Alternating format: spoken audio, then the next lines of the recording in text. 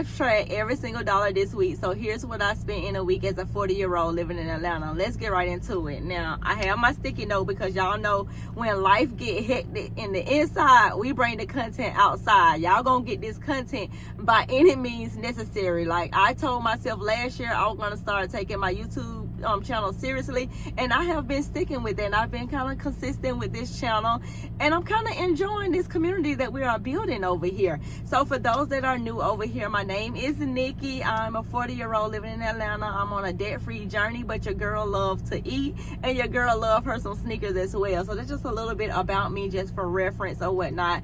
And I like to budget by categories. I have 7 different budgeting categories. I budget from the most priority to the least priorities, and I break that spending down, or I break down how much I spend in each one of those categories. So the very first category, which is my savings, I saved $478.78.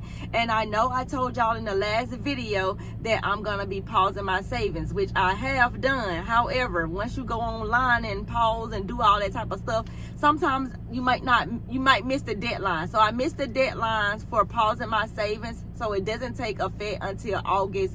The paycheck, I think it's August 1st if I'm not mistaken, but the first paycheck in August, that's when it actually takes effect. Now, I'm not pausing my retirement or my investing. I'm just only pausing what I'm putting inside my personal savings. Now, y'all know I already have 5 months of bills and expenses put aside in my, this is supposed to be like me growing my emergency fund, but I just stopped at 5 months since I know now. I'm like, you know what, let's just go ahead and focus on paying off this debt. Let's just go ahead and pause this savings.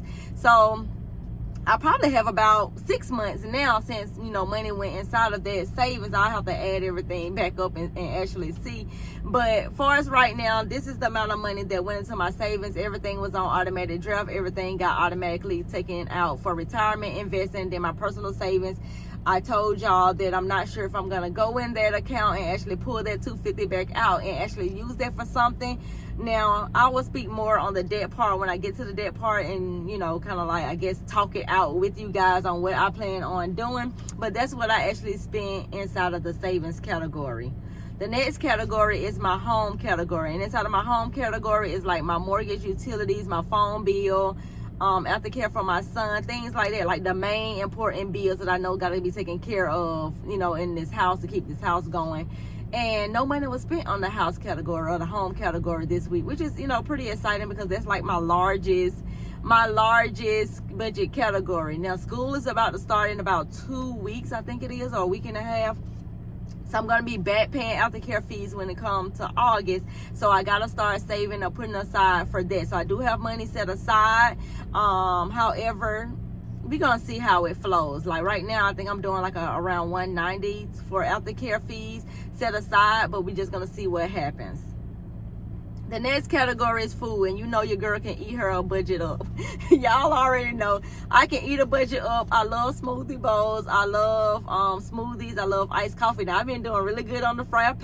Have I had one this week? I don't think I actually had one this week, but I have had a smoothie bowl and a smoothie. I just bought one today. Not even gonna lie, just bought one today. But majority of the week, my boyfriend have been paying for all of the stuff. So the end of the week, I actually had to pay for some of the stuff. Well, really just today, I had to pay for the smoothie bowls. I had to pay for the smoothies because I told him I was gonna get both because he asked me, did I want a smoothie bowl? I said, yeah, I want both. I want a smoothie bowl and I want a smoothie. And he was like, yeah, we gonna use your card. I'm just like, oh my god, oh my god. But I cannot complain because he have been spending money all this week, and today was the only day that I actually had to spend money.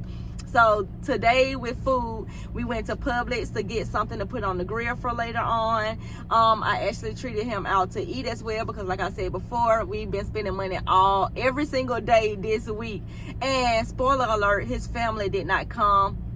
We did still have the barbecue. The family that's actually down here actually came, and that was nice. So I bought all of that food for no reason. What else? But we still did something every single day. So I was pretty excited about that, as well as I did not have to go back to work. I just took days and just used it as free days and, you know, spend time with him or whatnot. And like I said, he spent money all those other days except for today. So today we went to Red Lobster because I wanted to try the, you know, the little viral crab feast thing that they had. I could definitely give it a 6 out of 10. it wasn't all that to me. He said he'd give it a 5. He had the steak, mashed potatoes, broccoli, and then a lobster tail. And I had the lobster tail, the shrimp, the corn, crab legs, sausages.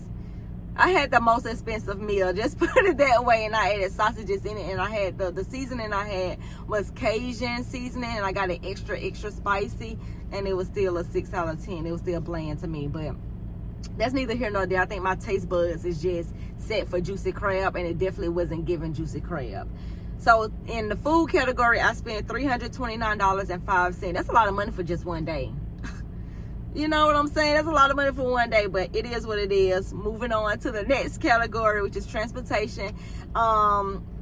He filled up this car. I think I filled up that car, and I left it in the garage, and I think I spent $41.26 actually filling up that car. So that car is going to be ready for me when it comes to go back to work or whatever. So I'm super excited about that. So starting tomorrow, I won't have to put gas in it like how I usually would have to do. Like on today is Sunday. Usually I have to put gas in the car, and I didn't have to do that. So it's ready to go. I will be riding that all week long, and hopefully I can ride that gas to the end of the week.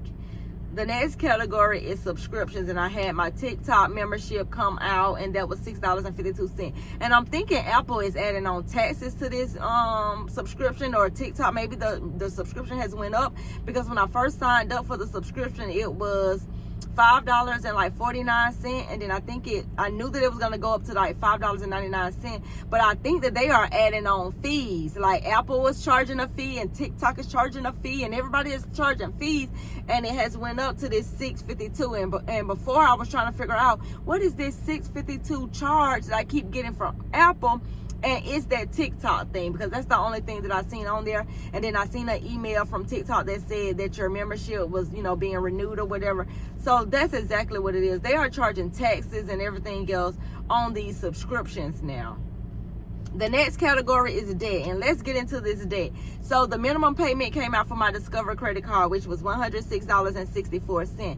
Now, when I make money on the side with my content creator income, so money that I make from YouTube, money I make from Facebook, my digital sales, Instagram, TikTok, all of that type of stuff, I use majority of that money to help me pay down debt. And I told myself that I was going to do the headache method. That's not a method. That's just a method that I came up with.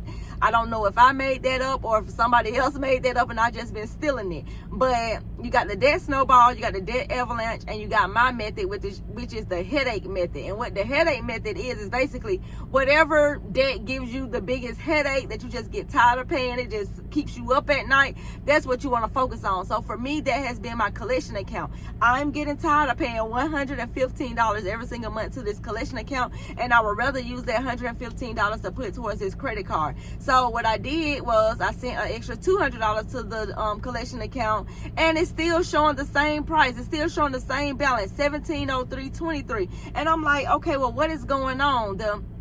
The payment is due on the 15th. I sent the payment of $200 on the 12th. Nothing has updated. I'm thinking what is going on is that they only update once a month. And after the 15th, that's when they process everything. And then boom, that's when your balance is going to be decreased or increased, or however it goes, if you make a payment or if you don't.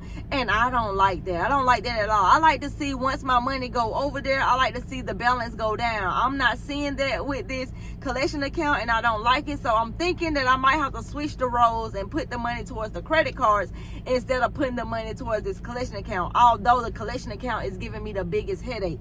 So I think I'm just going to continue on paying the minimum payment for the collection and just start sending all extra money towards to the credit card, the Discover credit card, and I know I can see the balance go down, like, every couple of days or whatever. Whenever it clears, I don't have to wait till the end of the month or once a month for it to update. So that's what I'm going to be doing in August. I'm going to be focused on that Discover credit card. And I think that Discover credit card is around $3,600 balance on that one.